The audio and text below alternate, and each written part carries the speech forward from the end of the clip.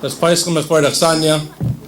I want to thank once again, it's not the first time they've done it, for the Rabbi Zvi and his Rebbitzin for opening their home. And a few people have told me, when Rabbi Zvi gets passionate about something, it's very evident and very obvious. And I think we all see that tonight, and we're very makatayv to him. I particularly just want to mention, it's a very big zchus for me personally to be able to welcome my grandmother here. She's been gesund and stark, 120 years, and join us for many more occasions, and only simchas. I'm going to be very brief. We're going to give a very short presentation. I'm going to ask Rabbi friend, who I have to thank publicly for his tremendous trip in, special from Baltimore. A lot of scheduling and figuring out and making it work, and I think, I shouldn't speak for him, that Rabbi friend agreed and accepted once we impressed upon him what the organization is all about, and he agreed to come in, and we're very makatayv to him. Very, very short vart, and we'll move along. This week's Parshas Bamidbar. We talk about the Machzis HaShekel and all the Yidden. There's a lot of counting the entire time, counting, Nasai, and there's a census. And we know, very pashut, very simple, the census was not done by counting the actual people. Each person gave a Machzis HaShekel, each person gave a half a shekel, and from this they were able to figure out how many people the Taka were, and they had their actual census. The obvious question asked by almost all is very simple. Once they were giving a shekel, why not a whole shekel? Each person, every person in Klal Yisrael is partaking. Every person is going to be a part of this. Give it your whole shekel. And the answer, I think we can answer, is that every Yid, on his own, Klal Yisrael, every single person needs to take care of their fellow Yid. And each person giving a half, it's very hard to attain shleimus. And when the entire Klal Yisrael gets together, every single person, there's no ani, there's no I'm a whole person. We're all not half, we're all halves. And when every person goes ahead and contributes together the combined result, then Klal Yisrael Ketaka attain shleimus. Then everyone could be considered one. But unless we, without empathy, without feeling for another person, without being there for our fellow Yidden, there's no such thing as shleimus. But once that's done, then we can have the census, then we can count Klal Yisrael, then there's actual pure shleimus. So I think it's obviously appropriate when we hear such a vart, that it makes sense for what the Achiezer mission is all about, which all of you know quite well at this point, some of you don't know as well. Just helping people, helping one another day and night. And that's why I on behalf of Baruch Hashem, 6 people now that work in the organization full time. Again, there was 2 people last year, and Baruch Hashem, or I shouldn't say Baruch Hashem, we've been forced to grow because the community has needed us. But a humbling part of all that is the fact that there are so many volunteers that are part of the organization. I asked Esther, who works very hard in the office day and day earlier, to try to give me an idea of how many. She said for sure, she didn't have an exact number, there were more than 100 active volunteers doing all sorts of things for the organization. Whether it's cooking a meal, whether it's budgeting, whether it's a social worker, whether it's visiting, I can go on and on. Today we had a volunteer putting in an air conditioner for an Indian fellow who can't afford to do it himself. Whatever it may be, tremendous amount of volunteers. 2 minutes and I'm gonna call up Phil Goldfeder and just with a presentation. A quick background about how the organization works. I like to think of it as a 2-pronged mission. People that are calling us with all sorts of issues, problems, and requests. It's not our job or our capability or the possibility to solve every single problem. Baruch Hashem, we have a tremendous amount of existing organizations. For example, I was talking just now to Rabbi Esther Feigenbaum, who's here, the Bikur Cholim. If a person calls us needing a ride to a doctor, which is a service that they do, our job is to make the guided referral to get it over to them. And on. Any need that comes up, we work with the existing organizations. And the more difficult part obviously comes into play when that service does not exist. And that is where the community, where the organization really has grown over the last year. Just to mention 2 or 3 items very, very quickly.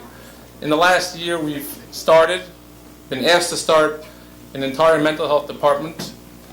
More eloquently, more appropriately, I like to say, it's a department where anybody in the community that's having a difficult time, there are several issues that need to be worked through. They will be met with privately by a firm social worker who will walk them lovingly and guidingly through every step in their life, and not just as a referral. They will hold their hands and walk them through until they are, Baruch Hashem, able to stand again on their own. We, Baruch Hashem, have an insurance department now, which is more than one prong, whether it's people that actually need insurance enrollment, or whether it's with advocacy. Just a few months ago, Carmen Grumman from our board, who was our official insurance consultant, there was a young girl being denied a surgery in the community, and she had to have a life-saving procedure, and there was no way to get around it. And Baruch Hashem, because of, again, someone's participation in the organization, Rav Carmi didn't stop. Phone calls, faxing back and forth. And I believe days or hours before the surgery was scheduled to take place, they Baruch Hashem were successful. And last but not least, the tremendous core part of the organization, I might say, is the medical hospital support program. And that is, when someone makes a phone call, and again, we always remind ourselves, nobody wants to be making this phone call. If someone's calling us, it's usually because they're in a crisis, they have an emergency. Our job at that point, when someone calls needing a doctor or having a hospital type situation, what we will do is take them by the hand, whether it's just getting the doctor's appointment, getting them to the doctor, making sure the insurance will work, making sure the food angle is taken care of, making sure the insurance will be accepted, whatever it may be. When they make that phone call, we will take it from them and walk them through step by step. I'm going to end with a short story. I'll make it as short as possible. That happened several weeks ago, which really illustrates a little bit what we do and the Yad Hashem, the Siyata D'Shmaya that we are able to witness firsthand all the time, and which was very evident in this story. About, I think exactly 4 weeks ago, where we received a phone call that there was a young woman out in Long Island in the community that needed to be admitted to a psychiatric facility. And they couldn't get her in. A lot of what we do, obviously, is working with the hospitals, working with the rehab facilities to get her in. And we tried, and we were working. And finally, we found, just to give you the real facts, an email address of the head of the department there. So I went on the computer, I wrote to him, my name is Rabbi Bender, I'm calling from this writing from this organization. Can you please, somehow, they said there's no beds, can you help us get a bed for this person? Hours passed. In the meantime, and the story is almost over, we got a phone call from Lutheran Hospital in Brooklyn. They called us, as is their practice. Whenever they are transferring a child that's critically hurt to LIJ, they call our organization to assist and take care of the different things that may be doing. Just to give you an idea, when someone gets brought to a hospital like that, we will activate several different departments. By the time they arrive in a hospital like that, we will have one person who will deal with making sure the right doctors are on the case. We will even tend to their psychological needs. We will send a firm social worker to the hospital. These things usually happen in traumatic, quick, sudden instances. We will take care of the mental health well-being. The Bikur Cholim, the Meals and More program, run dedicatedly by many, many women who are here in the kitchen in this community, will take care of the food. The family will be taken care of. So they called and they said that there's a young child, and I called permission today from the father to say over the story, without his name, of course, that was hit by a truck, and they were being brought to the hospital.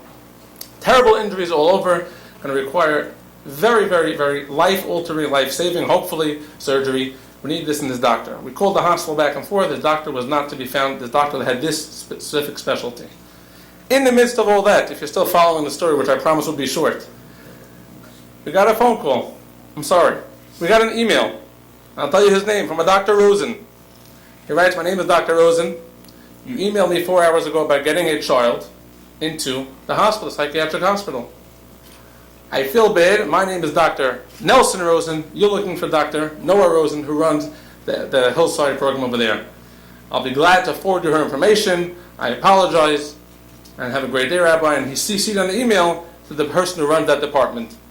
You're all familiar with the email. Just to give you the exact facts, I scroll down and I look, and it's signed Nelson Rosen, Director of the Pediatric Trauma Center in LIJ, with a certain subspecialty, just to give you the exact facts, which was urology, which is areas that are below the waist, and trauma together, and pediatric. This was his unique specialty, which was mamish, the injury we were dealing with other cases, and we could not find a doctor. So I wrote back to him, actually, Dr. Rose, there is a way you can help. Where can I reach you? And I called him up. He was actually on the way out of St. Francis Hospital in Roslyn. He has rights in more than one hospital. He turned around. He went back to the hospital. He operated on this child for, I believe, 8 or 9 hours. Rabbi Rosenberg from the board was here, and myself were there in the hospital. We went there. I think they came out of surgery. This happened at 8 o'clock. I think about 4 o'clock in the morning. And Baruch Hashem, I think the family said that the doctor can be credited with obviously the direction and the help of the Rebbeinu Shalom, that this child will live a happy, healthy, long life ahead. I don't think we need any greater testament to see that Baruch Hashem, the Yad Hashem follows us, the Siyata D'Shmaya that we witness. When one chesed starts, one act leads to another, and we, Baruch Hashem, have seen that in a situation like that. Very, very quickly, we have sitting here Phil Goldfeder. And just to give you, like I promised, true, real facts, the reason why we asked him to come tonight is out of pure Hakaros Hatov. He's helped us in the past in different ways, but particularly, less than 3 weeks ago, there was a mishpacha in the neighborhood that needed some tremendous assistance with Medicaid and different kinds of things that they were being denied. There was, I believe, a large family. Wife was about to give birth, and there was just, I believe, bills numbering over $100,000, which no matter which way they turned, they couldn't get it taken away. We called Phil. Emailed him. It didn't take 2 or 3 emails, 2 phone calls, and I already got word back from the family that something's happening, something's changing. Days later, after the weekend, things were activated, and the relief that he brought this mishpacha could be untold. We asked him to come tonight so we could present him a small token of appreciation. There's one mistake on the, wherever it is.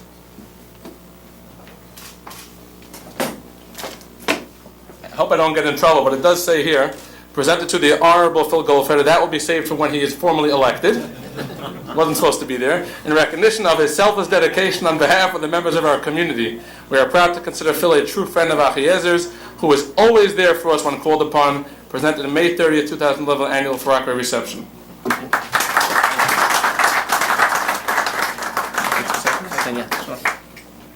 It was funny, and thank you for this. And it was funny seeing the advertisements and the Hakaros Hatov award. And I think the irony in the Hakaros Hatov award is because we're all here to show Hakaros Hatov to Achiezer and to the great work that they do.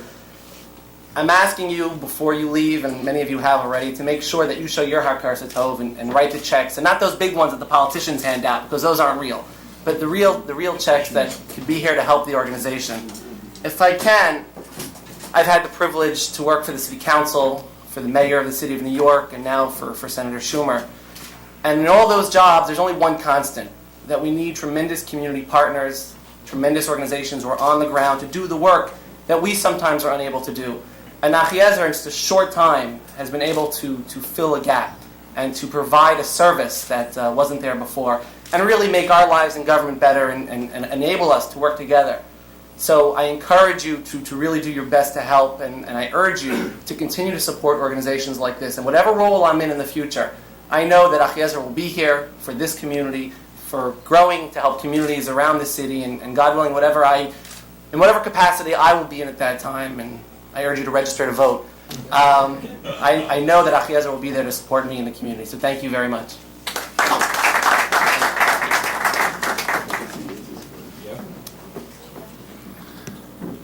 I just want to point out, B'marka Tov, 2 people who are sitting right in front of me. I know they won't be happy, were critical and instrumental in founding the organization, and that is Mr. Ronald Lowinger and my father, Rabbi Bender Shlita, and I thank them for being here.